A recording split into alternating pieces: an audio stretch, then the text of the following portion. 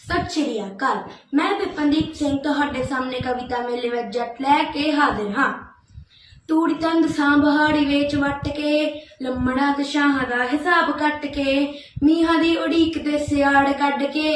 माल टांडा सांभणे नूं कम छड्ड के पग झग्गा चादरे नवें सवा के सम्मा वाली डांग उत्ते तेल ला के कच्छे मारो अंजलि आनंद छा गया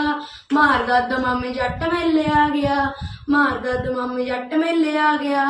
हानियां दी ढाणी विच लाल सजदा बग बग बग बोल शेर गजदा हीरे नूं अर्क नाल हुंजा मारदा सैनतां दे नाल राजू नूं मंगारदा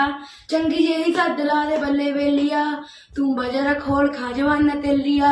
सरव वांग झूल वंजली सुना गया मारदा दमामे जट मेले आ गया मारदा दमामे जट मेले आ गया मारदा दमामे जट मेले आ गया। धन्यवाद।